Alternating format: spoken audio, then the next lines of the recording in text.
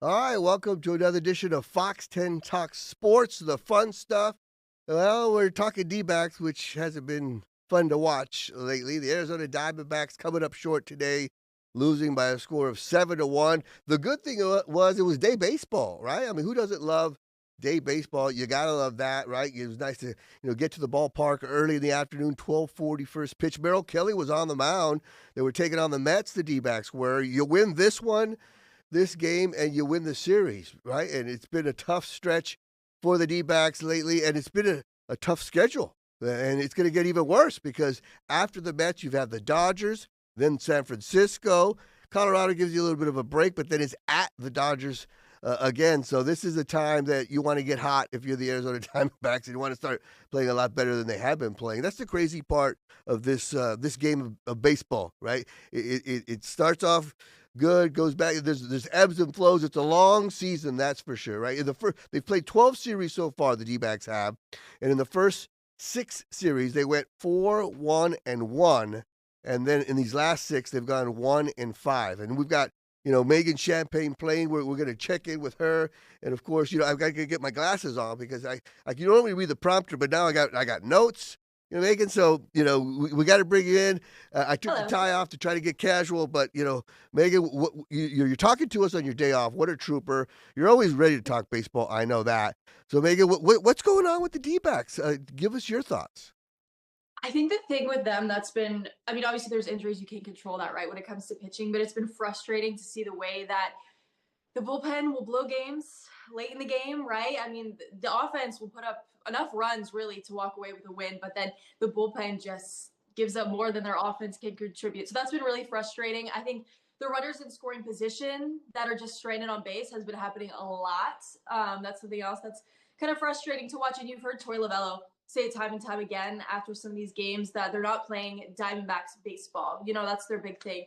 They don't make errors. They usually play a very quality level of baseball, and they just haven't been doing that as of late. So, I mean, it's early, right, Richard? It's early. There's still plenty of time to get everything together.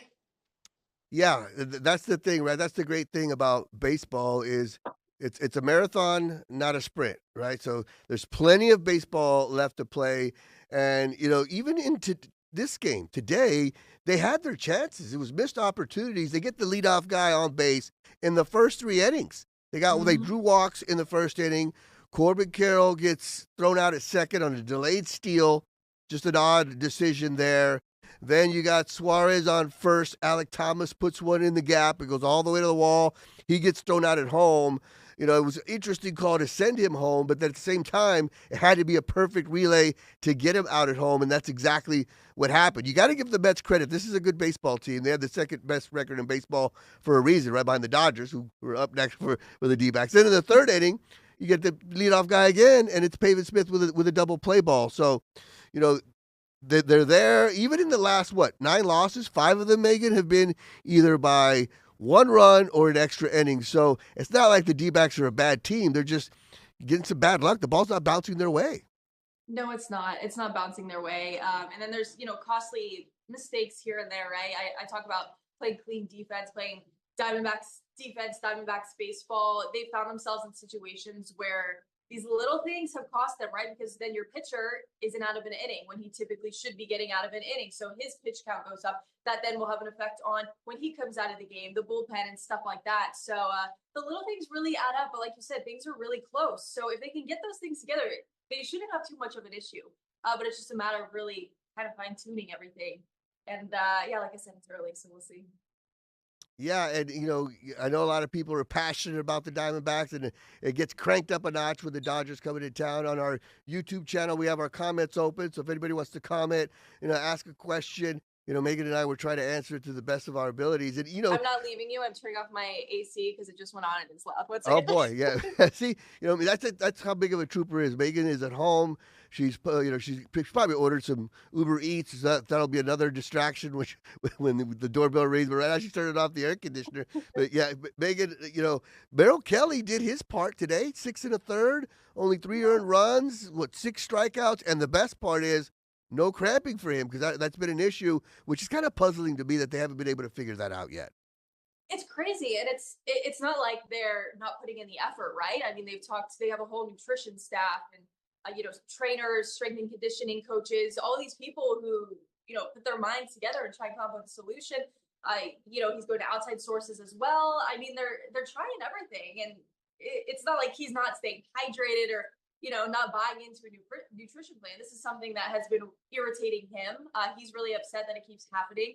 For him, he said, the guys rely on me. It's my job to go out there and set them up for success. And when he has to come out with cramping, it's, kind of leaves his guys hanging. So from that regard, he doesn't like to leave his guys hanging. They've been trying everything. And yeah, like you said, today he had a nice extended outing there. And so it was looking good today. I was wondering what was going to happen, right? You're like, oh, okay, it can happen again, right? But yeah, we'll see if they can figure it out. And I don't know if you saw this, Richard. There's actually been fans sending in pickles to Merrill. Yeah, well, pickle juice helps, right? I'm going to show you something. People are going to think I'm so weird. And I kind of want to get her breakdown when Megan comes back of her background there. She's got the foam finger. Oh, my background? My poor Jake Lamb is dead. Oh, no. Jake Lamb's down for the count. But the Lamb's okay. I saw this. Oh, my gosh. Okay, so I had to show you because I'm currently on a pickle juice kick. So when I saw fans are sending Merrill in pickles and pickle juice for the cramping, I was like, next time I'm in that clubhouse, I need to see if there's any extras because it's currently my favorite snack. Well, Michael Obi here, our director, saying, drink it, chug. Would you take it? I do like the taste of pickle juice, It's delicious. It is hydrating. I don't know if I can open it. This is depressing. Oh, so delicious. How's it? See? Yeah. It's refreshing. That's all Merrill Kelly has to do, right? Before that's all you have to do. In between innings, just take a jar out there and, yeah. Pickle juice shots. Yeah, we got some people entering the chat. So I want to say what's up to Williams Trucking Company, Hash Brown, and you got MB Pilot also. He says good evening to you too. Yeah, and Williams Trucking said they know the D-backs, right? Yep, we all know and love the D-backs, right? A lot of the fans here tell me that, and we'll see what happens when the Dodgers come to town. But once again, there is some good news for the Arizona Diamondbacks, right, Megan? I mean, Corbin Burns is going to make his next scheduled start. He missed his last start because of shoulder inflammation. And when you hear that from a starting pitcher, you're thinking, oh, boy, this is not good. But it was more of a precautionary measure. They didn't put him on the DL like A.J. Puck and Justin Martinez. So that's a good sign, right? And that's a good thing. So, he gets to start against the D-backs, the Dodgers this weekend. So, Megan, give us you talked to Corbin Burns in the clubhouse a couple days ago, and he sounded in good spirits. Yeah, he sounded, which was nice, right? Because it wasn't just giving you the classic, we're going to listen to what the training staff and everybody has to say. We're going to follow a plan. He was just very honest about what's happening right now. And he said, yeah, this happens to be every single year in spring training. So this is something that it's not weird for him. It's just weird that it's happening at this point in the season. Because he said this happens every year during spring training at some point. So usually they get it figured out then. He gets the rest he needs then, and then it's not a problem during the regular season. But for whatever reason, this year it just came a little bit later. He even joked, he's like, yeah, maybe my body's just getting, as I get older, I'm just getting better at, hanging on a little bit longer until it kicks in. But yeah, so it's not really anything to be concerned about, which is obviously great, right? Considering they have plenty of injuries they're dealing with right now with this pitching staff. But yeah, he should be fine. He'll be back in a couple days. And it'll be nice to see him, on the mound this weekend in an important series. And it's going to be cool to see the City Connect jerseys, right? The new Serpientes jersey. And I like the way they brought back the purple and teal. What are your thoughts on these jerseys?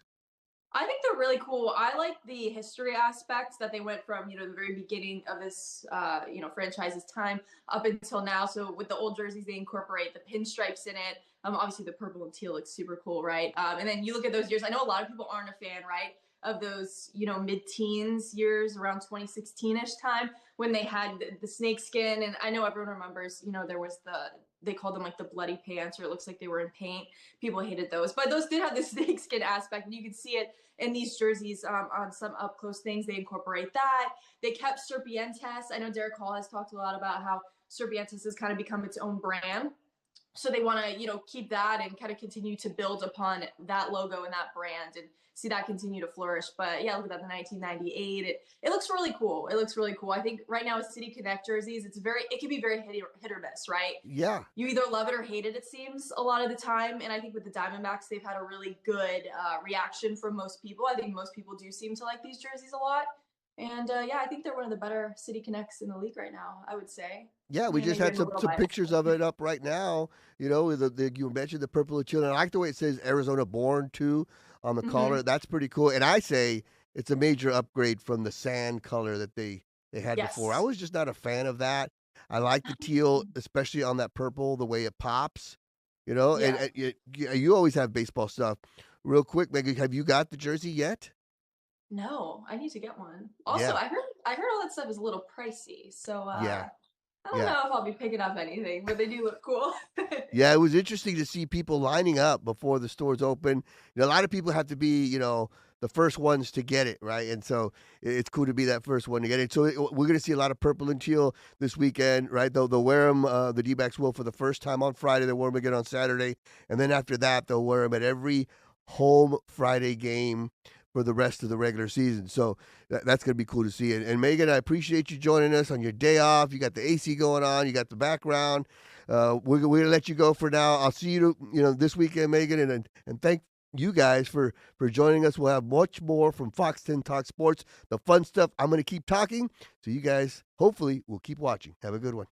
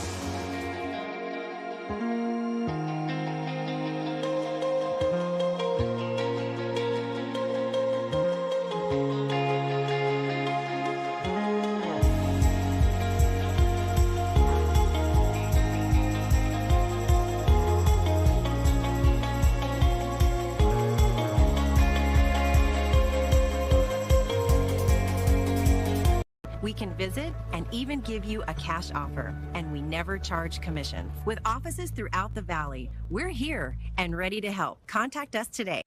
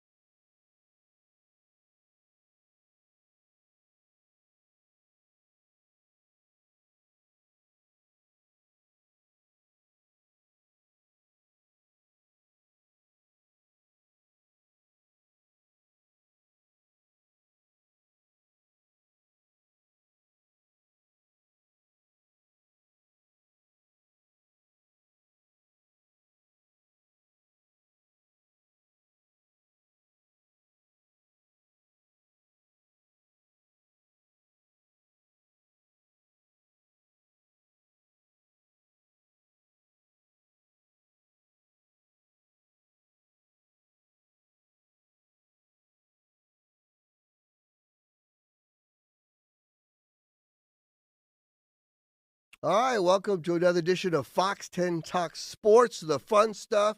Well, we're talking D-backs, which hasn't been fun to watch lately. The Arizona Diamondbacks coming up short today, losing by a score of 7-1. The good thing was it was day baseball, right? I mean, who doesn't love day baseball? You got to love that, right? It was nice to get to the ballpark early in the afternoon, 12:40 first pitch. Merrill Kelly was on the mound. They were taking on the Mets, the D-backs, where you win this game, and you win the series, right? And it's been a tough stretch for the D-backs lately, and it's been a tough schedule. And it's going to get even worse because after the Mets, you've had the Dodgers, then San Francisco. Colorado gives you a little bit of a break, but then it's at the Dodgers again. So this is a time that you want to get hot if you're the Arizona Diamondbacks.